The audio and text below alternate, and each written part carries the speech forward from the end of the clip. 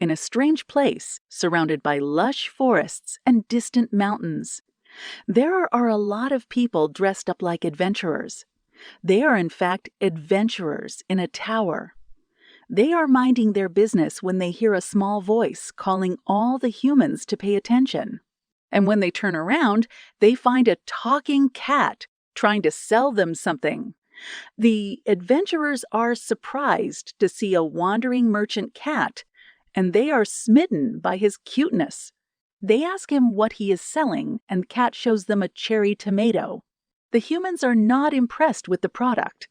After having high hopes for the cat, they were hoping for something grander, like legendary weapons or mysterious potions. A common cherry tomato was something that they could eat whenever they wanted to. But the cat tells them that they would be foolish if they judged the tomatoes before even appraising them. He claims that the tomato he was selling was nothing extraordinary, and they should check its status window to learn about its special features. The humans are curious, and they look at the status window of the magical cherry tomato. It could increase 0.1 emp p for 10 minutes, and it could immediately burn 10 grams of fat when eaten. A man says that the value is too low, but the tomato has already found its target audience. The women are going crazy over a product that can burn 10 grams of fat just by consuming it. The cat smiles smugly and tells them that this tomato would cost them 0.5 tower coins per piece.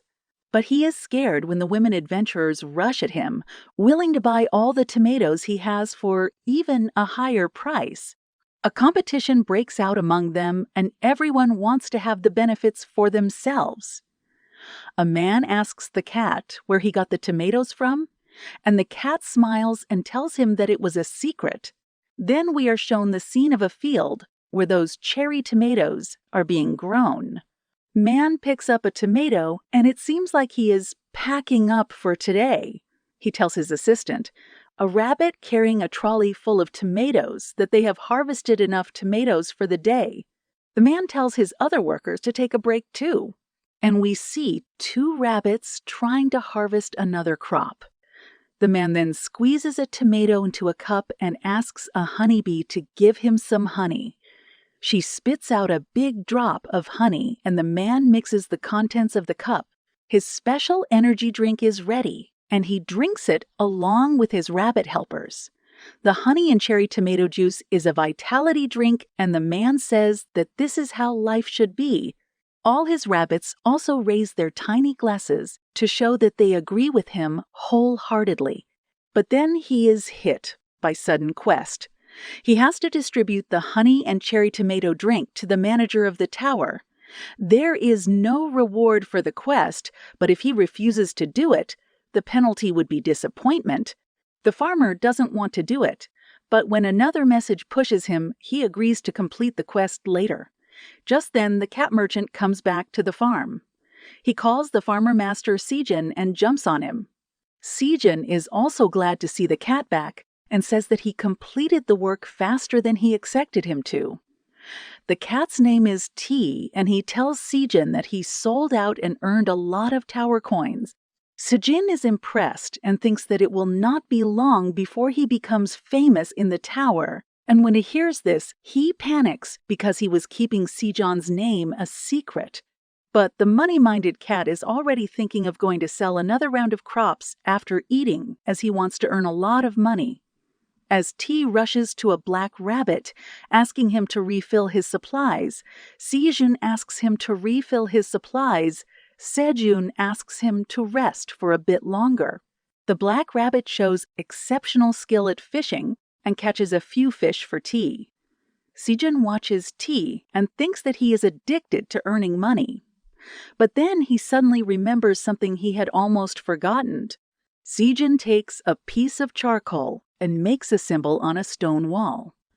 The wall is half full of the same letter, and this one was the 30th. Sijun says that it has been 150 days today. He introduces himself as Park Sijun, and his class is a tower farmer.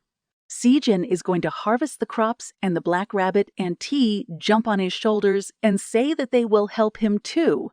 Sijin thinks back about how he has been in the tower for 150 days since he got lost.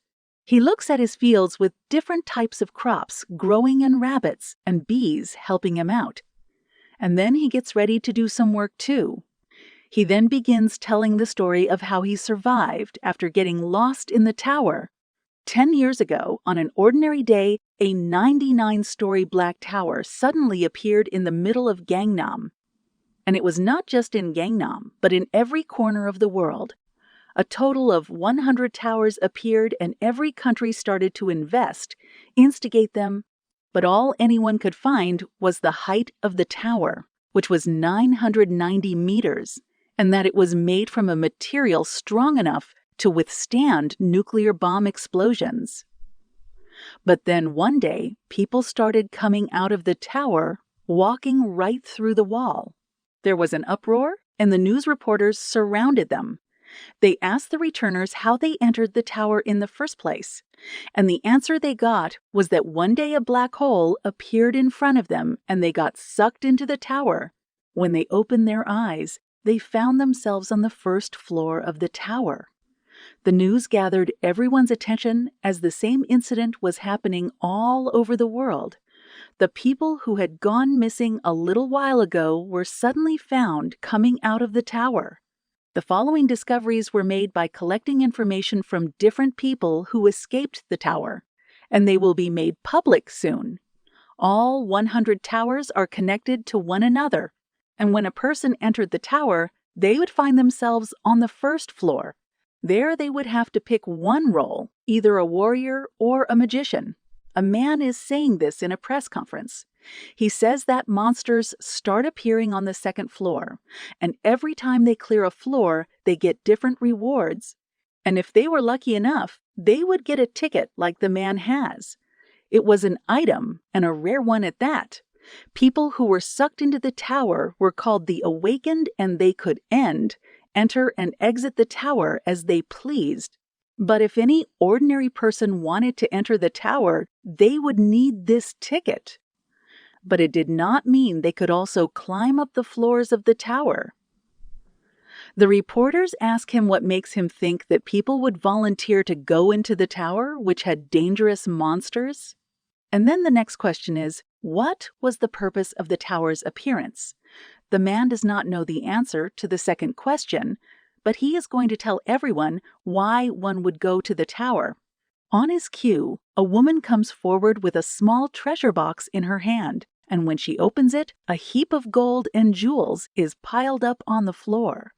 The reporters stand up in shock, and the man on the podium tells them that he is sure of one thing going up the tower will give them money. This was all a way to get people interested in entering the tower. The Awakened Association had the monopoly over the tickets, and they were charging a ridiculously high amount of money for them. The news of the ticket prices rising from 150 million to 200 million won is live, and a woman is watching it on her smartphone. She is in a mall shopping for vegetables and starts talking with the cashier. She complains that people were putting their lives on the line to make money in the tower, but it was too much for them to charge $200 million for one ticket. She asks the young cashier if he agrees with her, and he nervously tells her that she is right. He was Sijan, 26 years old, and trying to save money for something special. He calculates his savings and finds that after deducting all his expenses, he had about $12 million to spare. He wonders how he could keep his dream alive if the prices for the tickets increased again. He is walking home after his job, and he asks himself when will he be able to buy a ticket? But he knows that the better question was if he would ever be able to buy the ticket. He is tired of hustling so hard for money. But then he snaps out of his despair. He shouts at himself to keep his spirit up and not give up. He thinks that there will be some way to save more money. Just then, he thinks of the vegetables he had bought at a low price. Them because he had heard that their price was also increasing, and he had seen an advertisement for an automatic vegetable grower recently. It was endorsed by none other than his favorite idol, Sarah, Sagan starts thinking optimistically, almost too optimistically. He thinks if he saves the money and buys a ticket, he might land a contract with a good guild. And then if he cleared the tower, he would propose to his celebrity crush, Sarah Sajin. Imagines how good that headline would look as he giggles. He cheers himself up, but then he notices something weird happening behind him. Sajin turns back to see a black hole-like portal and recognizes it as the vanishing point. It was the same phenomenon that sucked in the first generation of the Awakened. Sajin is excited. He thinks that the vanishing was here for him. He declares that he is ready to risk his life to climb up the tower and asks the black hole to take him in. But nothing happens. Instead, the hole starts shrinking and Sajin is shocked, asking why it is getting smaller, but the hole is getting even smaller and is about to vanish, saying that he will not let an opportunity like this pass him by. If the vanishing would not take him, he would come to it himself. As he says these words, Sajin jumps inside the hole. He lands on his face. When he reaches the other side, he picks himself up and wonders if he really made it inside the tower. Sajin excitedly looks up, speaking of all the things he knew were on the first floor. He wanted to see the fancy chandeliers, marble plaza, and shops selling potions and equipment, but there is nothing like that here.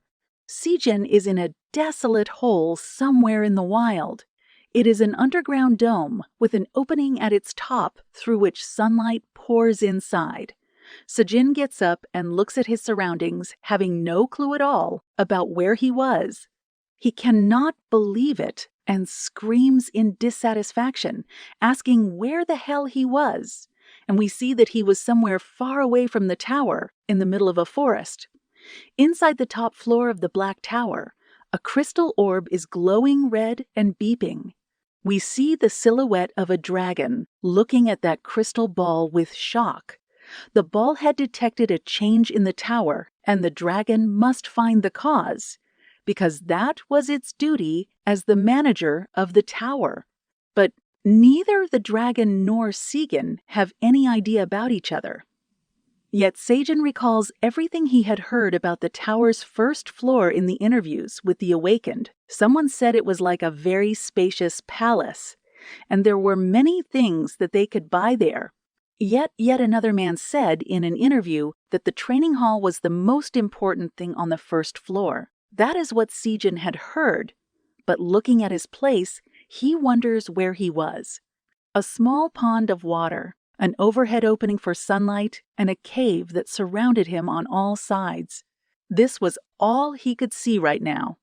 Sajin is defeated by his fate, and he is sitting on a corner, visibly exhausted and utterly devastated. He had roamed the cave for an entire higher day and found no exit. There was no training ground or store. In fact, there was nothing here at all. He had screamed for help and no one heard his call, which meant no one was even around this place. And there is only one possibility that comes to his mind, and it terrifies him. He was lost inside the tower. As he is having a bout of panic, his phone alarm rings. Sajin is sure that his alarm is accurate, and it marked that one whole day had passed here. His stomach growls, and Sajin admits that he was hungry. He takes out all the things he had with him, a bottle of water, some cherry tomatoes, green onions, sweet potatoes, and an apple. That was all Sajin had with him, and he decided to eat the apple first. Eating an apple in the morning was something he liked, and the one he just ate is too delicious.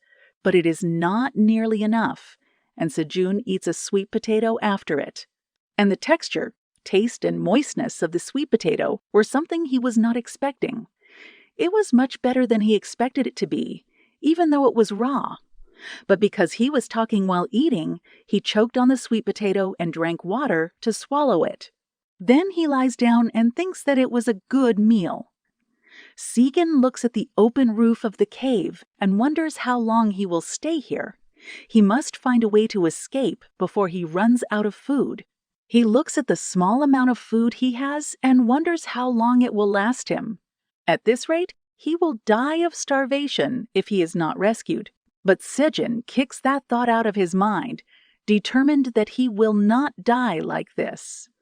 It was his dream to get into the tower, and now that he was finally here, he was not going to die right away. He has an idea. When he sees the apple core, Sejin takes it and plants it in the soil. Then, he takes a green onion and snaps it near the base. He plans to eat the leaves as food and plant the roots to get more crops. He also takes 3 tomatoes and 2 sweet potatoes and plants them. Whatever is left now will be his food till the crops grow. Sejin says that he will do anything it takes to survive, that is, until his crop plants grow up. He addresses them and says that he will wait for them. They are his future. But just then, Sejin hears the scream of a mon that makes his hair stand on end. He is shocked.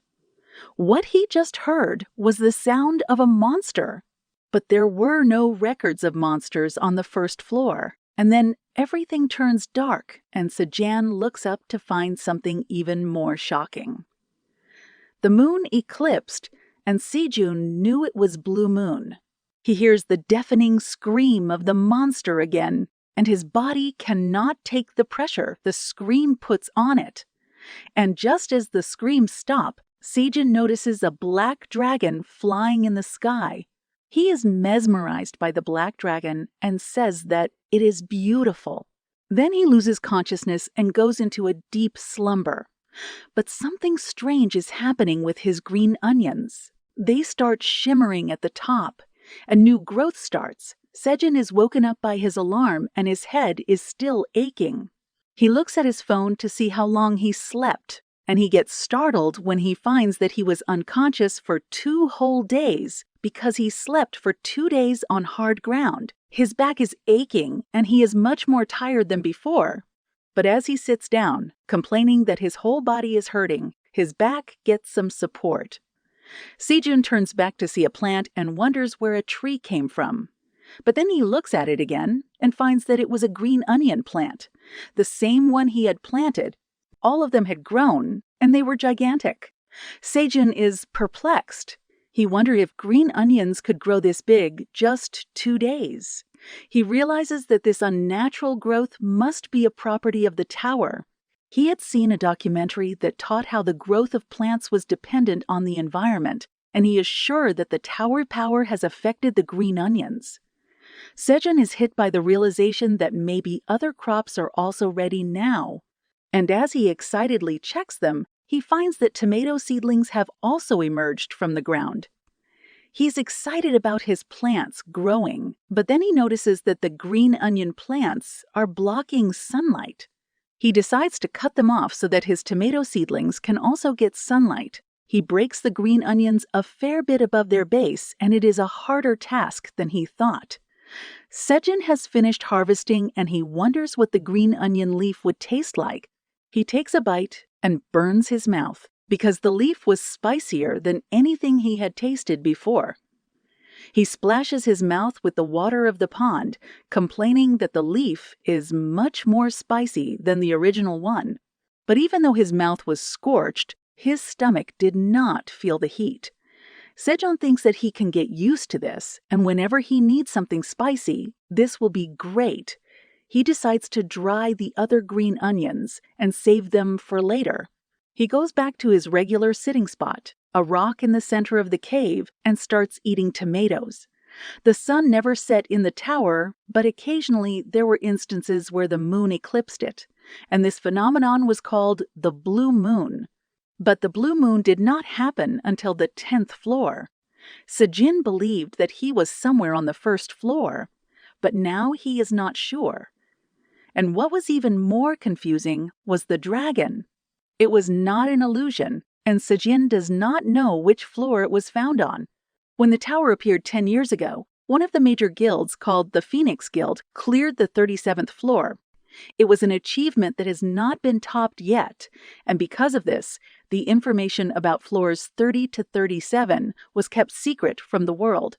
But there was plenty of information about the floors below 30. The floors until the 10th floor had skeleton monsters.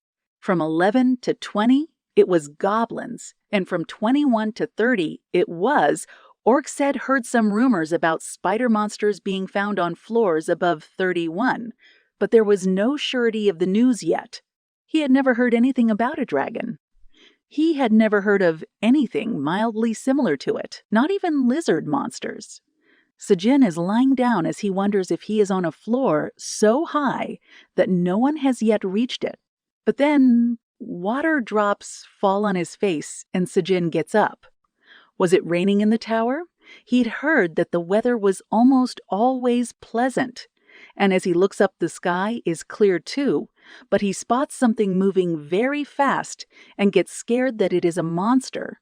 But the creature he just saw comes forward, and it is a cute rabbit drooling over Sejin's crops. Sejin is surprised and wonders if the rabbit was a monster too. The rabbit jumps down the hole, and Sejin rushes to catch it. But the rabbit uses his head as a stepping stone and lands safely on the ground. He hops to the green onion plants, and Sejin realizes that the rabbit was something extraordinary. The rabbit points at the green onion plants, and Sedan asks if he wants to eat them. The rabbit gives his response, and Sejin understands that he wants to eat. He breaks the leaf of the green onion and gives it to the rabbit, who gladly takes it. He eats it greedily, and Sejin tells him that he could have more if he liked it, and then Sejin notices that the plants have already grown back. At this rate, he will have to harvest them twice daily. But the rabbit starts saying something loudly, and Sejin finds he is not talking to him. He looks above to the entrance of the cave and finds another rabbit coming towards them. She lands and hands the first rabbit a straw hat and a watering can, and they both stand in front of Sejin. Sejin is surprised to see another rabbit, but then he thinks that the two are somehow related. He asks the rabbits if they are married, and they tell him that he is right. Sejin starts thinking of keeping a diary of his life in the tower, and on the first page of that diary, there will be the story of a rabbit couple who joined him in the cave. The rabbit couple starts working for Sejin, and their job is to help him raise and harvest the crops. They are chatting with each other as they do their jobs, and Sejin can tell that they are a great couple, even though he does not understand them. But he wonders how it came to this. Yesterday, after the rabbits introduced themselves to Sejin, they told him that they wanted to live in the cave, and they looked too cute as they tried to persuade him. Sejin felt that he might die from a cuteness overdose and accepted their request with a condition. He told the rabbits that they could not live here for free. If they helped him in farming, he would consider letting them stay. He thought it would dissuade the rabbits a bit, but instead of hesitating, they jumped at him and started cuddling, and Sejin had to show great restraint to not let them in without a test, because cuddling with their soft fur made him want to adopt them both. Now he is in his position watching the rabbits work. He thinks that the rabbits were using their cuteness to control him, but he lets that slide. But on that note, he asks the rabbits if the tools they were using were items. The husband rabbit had a watering cannet, seemed to have an endless supply of water, and Sejin is not sure about it, but it seemed to him that the wife rabbit had a magic pocket that contained all the tools she needed for farming. Sejin says that he was jealous and wished that he had such a wonderful item. The rabbits have completed harvesting the green onions, and they are excited to show them to Sejin. Sejin tells them to dry the green onions and starts inspecting other crops too. But the rabbits are looking at Sejin with eager and impatient eyes. They are asking him a question, and Sejin understands what they want. He tells them that they passed his test, and now they could live in the cave. The rabbits jump for joy upon hearing the good news and start talking about something. They rush to a corner of the cave, and Sejin wonders what they are up to. Now, the wife gives her husband a shovel, and he starts digging, and in no time he creates a home for himself and his wife. The wife places a floral wreath on the door to their new house and welcomes her husband to enter. but he is exhausted from digging and building a house and can barely stand. Sejin approaches them and says that the husband was great for making a house so quickly. The husband rabbit gives him a thumbs up, but then he feels his wife's hand on his shoulder. She is blushing and cutely pointing at the door, and the husband is terrified. He is scared, but his wife drags him along for some sweet lovemaking. Sejin hears the sounds coming from their house and wishes the husband all the best. But he is crying inside as he is jealous of him for having a wife. The jealousy does not last long, and Sejin walks back to his spot. He says that it was boring to be alone in the cave, and now, thanks to the rabbits, he had someone to help him and something cute to look for. As he says this, Sejin lies down on the dried onion leaves. Smoke starts rising from under his back, and Sejin feels something hot on his back. He jumps into a standing position and rolls on the ground, feeling that his back is on fire. He is wondering what just happened as he gets up and he sees the reason behind it. The plastic water bottle filled with water was acting as a lens and burning the dried onion leaves. Inspiration finds Sejun, and he goes into full wild survival mode. He starts acting like the host of a popular survival show. He says that the environment in the tower was hard, but he did not give up. He had a plastic bottle and dried green onions that helped him survive coming back to his normal self. Sejin says that he can use the plastic bottle as a convex lens to start a fire. He had learned that from a famous survival show, but it does not work, and Sejin starts to cry and whine. The leaves only gave out a little smoke, but did not catch fire. As he sighs, thinking about what he's doing wrong, a small spark lights up, and Sejin has found the missing piece. The rabbits come out of their house and spot Sejin doing something they do not understand. He is blowing wind on the pile of dried leaves, hoping that they catch fire. The rabbits approach him, and Sejin asks them to blow wind on the leaves while he uses the bottle as a lens. They start working together, and Sejin begs for a fire to start, and just after a little while of trying, the leaves catch fire. Sejun is elated. He finally has fire. He looks back at the UN plants and decides to cook them. He cooks one stalk over the fire, and the rabbits stare at him with confusion. Sejun thinks that his union was cooked enough. He peels the burnt part and then takes a bite. The rabbits see him shuddering, and Sejin lets out a cry of joy. The cooked onion leaf was so sweet that Sejun was overjoyed. He thinks that his mouth felt like a green horse running wild in a green field. He repeats that it is delicious and starts roasting another one. The rabbits are also curious about what difference cooking would make. So they roast one for themselves, and as they eat it, their eyes gleam with the joy of eating something so sweet. This is the second entry in Sejun's diary about staying in the tower. He discovered fire, ate warm food, and went peacefully to bed. Many days have passed, and now Sejun is used to the lifestyle of a farmer. He wakes up in the morning and goes to wash his face at the pond. He returns to his crops, and now the cherry tomato and sweet potato plants have also grown considerably. He has completed harvesting the green onions for the day.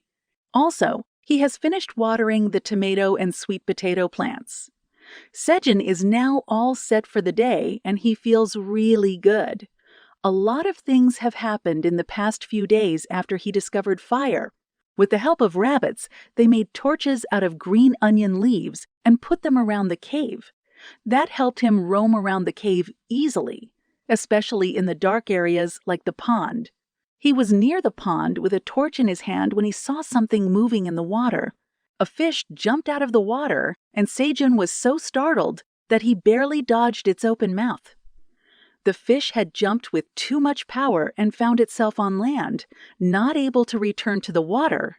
This was the first time Sejun had seen it. He wonders if the fish was attracted to the light of the torch, and his intuition is proved correct. And just like that, Sejun discovered fish in the cave. He kills the fish and roasts it over the fire. Even though he has no seasoning, The fish is really tasty. Sejin finds the rabbits drooling as he eats the fish and asking for their share. He is shocked. He had not expected rabbits to be meat eaters, but since they were basically monsters, he thinks it was natural. 2 days after that, the blue moon showed up, and using his phone, Sejin found out that the blue moon appeared every 30 days on this floor. He was using a laptop and a power bank to keep his phone charged so that he could keep track of the date. But their batteries also dried out eventually, so Sejin had no choice but to start marking the number of days on a wall, and this was how he was keeping track of time. Now, back in the present, it is the 61st day and Sejin thanks the rabbits that go to bed exactly at 7 Euro p.m. and wake up at 5:00 a.m. Because of that, he can keep counting the days without making mistakes. And even though the sun never set inside the tower, their body clock was adequately reliable. And a few days ago, something amazing happened. We see the tired husband rabbit open the door of his house, and without wasting a moment, a group of baby rabbits bolt out. They were the children of the rabbit couple that were recently born, and now they are fond of Sejin, who is their uncle. They run straight at Sejun and jump on him, casting him to the ground. They are really cute, and Sejin cannot get enough of their cuteness. Even as they chomp his face, he laughs and enjoys their company. Sejin looks at the sleep-deprived husband rabbit and says that it must be hard raising babies. But right now, he says that he will take care of the babies for a while, and the couple should relax and eat breakfast. The cherry tomato plants have started flowering, and Sejin takes the baby rabbits with him to check them out. The babies are frolicking around on the farm as Sejin checks out his plants. The flowers have bloomed, and even though they were tomato flowers, Sejin now thinks he has a flower garden to bear. Fruit pollination is necessary, and he has to do it manually. Sejin uses a small stick to artificially pollinate the flowers, but all the bending and working is taking a toll on his back. He says that it would be great if there were bees around here, but thinks that he is asking for too much. A baby puts his face inside a flower and gets pollen on his face. He sneezes and Sejin starts laughing. But then Sejin notices something: the tomato plants have started to bear fruit. After so long, his hard work is starting to show some results. Sejin celebrates the first fruits of his cherry tomato plants and dances with the baby rabbit. This day is the one before the blue moon, and as it is about to approach, Sejin makes preparations to survive it. He puts out the fire and stores a small amount of burning leaves under huge boulders. He is wearing makeshift clothes made from onion leaves and thinks that it will be enough to stay warm and hidden. The rabbits also head back to their homes as the time for the blue moon draws near. There is something scary that happens whenever the blue moon occurs, and Sejin is confident that they are going to survive it like the previous ones.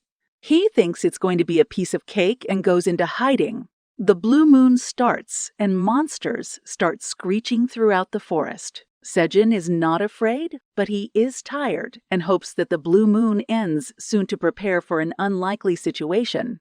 He has already hidden the things with a strong odor and is now hiding in a corner. But since it is hard to tell how much time has passed, he is getting tired of waiting. The monster cries do not help either. They are far away, but they can still make him shiver. As he hopes that this blue moon also passes without incident, he hears a loud roar. It was different and more intense than the voice of other monsters, almost like it was close to him. And indeed, a huge monster was walking towards the cave, squashing full-grown trees beneath its feet. He approaches the entrance to the cave, which is too small in comparison to its size. The monster stares down the hole, and inside Sejin gapes as he sees it. Now he is scared of the giant bear-like monster in front of him, but thankfully the monster has not noticed him yet. Sejin thinks he should hide in a better place before the monster spots him. He is trembling as he picks up his bag and starts moving quietly and slowly, But taking the bag with him turns out to be a mistake. The things inside the bag drop as Sejin picks them. Because of the loud noise created by the empty water bottle, the monster's attention is attracted. Sejin stares in horror, first at his stuff and then up at the beast who is now trying to peep inside the cave. Sejin screams in fear, and the bear roars in response. But a few moments later, Sejin is sound asleep and the rabbits are trying to wake him up. When the baby rabbits fail to wake him up, their father slaps Sejin and he gets up. He gets up in shock, still afraid of what he saw. Before passing out, he asks the rabbits what happened to the blue moon, and as he looks around, he realizes that it was over. The husband rabbit tells Sejin that he was unconscious when they found him, and he says that he passed away when he saw a monster. But he himself wants to know what happened after that. When he saw the monster try to force his entry into the cave, he was terrified and could not move. The monster roared and he passed out. Sejin remembers it in shivers. He almost lost his life at the hands of that monster. He is feeling cold and the wife rabbit creates a big fire and a blanket of onion leaves. Sejin sits in front of the fire with the baby rabbits snuggled up with him. The wife's rabbit also brings him roasted fish and Sejin thanks her. As Sejin is eating, he realizes that the monster has noticed this place. It may have been because of another monster, or because it could not get inside the cave because of the small entrance, but the monster left without causing harm. But there was no guarantee that if it came the next time, he would stay safe. He thinks that he got lucky this time, but it may go differently next time. After everything he has done to survive, he does not want to die, and he thinks that what he could do right now is eat well and survive. Sejin is eating his fish when the husband rabbit comes to him wanting to show him something. Sejin follows him and finds something unbelievable. A cherry tomato was ripe, but it was nothing like he had expected. It was blue and glistening in the sunlight. Sejin is shocked, but the blue color is not the first thing he notices about the fruit. He bows down and tries to pick up the big and ripe fruit, and then he wonders why it was blue. He wonders if the tomato is ripe, and just then something appears in front of him. A window opens up in front of Sejin, and it tells him that he has completed the quest to harvest a fruit containing the energy of the blue moon. Sejin is shocked. He cannot believe that the thing in front of him was an actual message window. The message on the window changes, and now it says that the manager was interested in him because of his amazing achievements. It was keeping a keen eye on Sejin, but it was not happy. Sejin is confused. Why would the tower manager not be happy with him? And the husband rabbit does not know anything that is going on.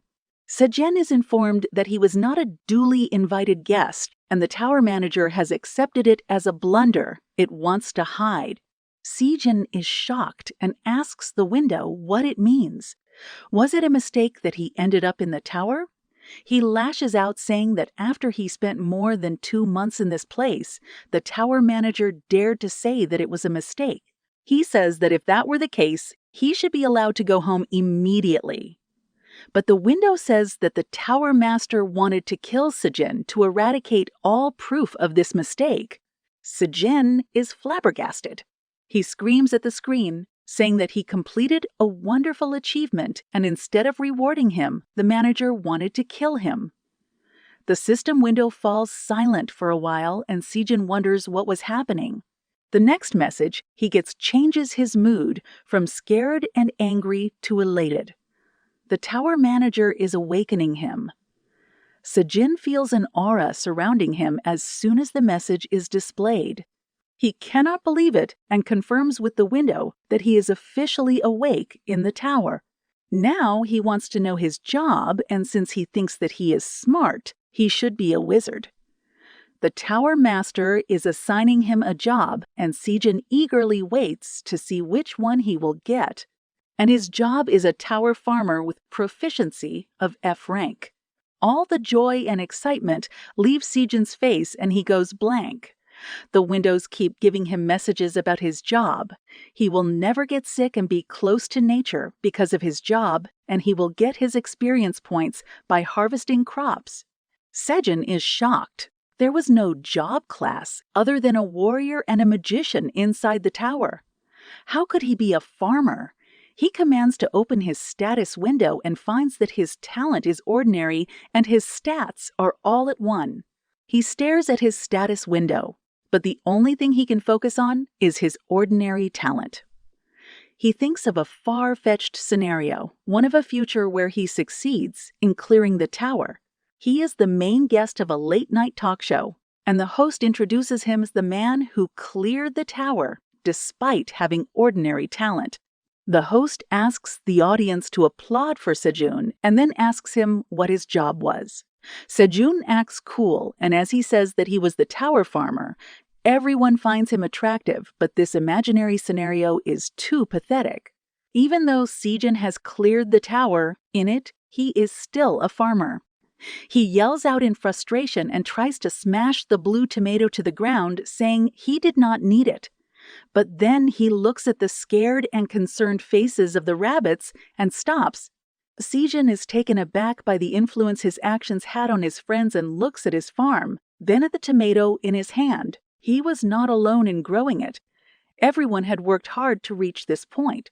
Sejun decides that he is going to keep farming, and the rabbits are happy. He looks at the blue tomato in his hand, and an information window opens up, telling him about the tomato. It was a magical cherry tomato. It was a magical cherry tomato imbued with the power of the blue moon. Not only was it tasty and nutritious, but when consumed it would increase 0.5 MP permanently. Sejun is shocked. The tomato in his hand was actually an item. Even though the effect was small, it was permanent, and it could boost one's stats. Sejun is amazed by himself. He grew something as great as this. But the tower manager is watching him, and he is not satisfied with how things are going. As Sejun thanks the rabbits and celebrates with them for achieving this feat, a message window pops up in front of him. A quest had been triggered. He had to offer the blue cherry tomato to the manager. The reward for the quest was a job-related skill, and the penalty for refusing was death. CJ unreads the entire message, and when he reads that the penalty was death, he is scared. He asks the window if it wasn't a joke, and if it was in poor taste. With that, this video ends. Tell us what you liked about this story in the comments, and please don't forget to like and subscribe to see the next part of this story and more Manhwa recaps like this.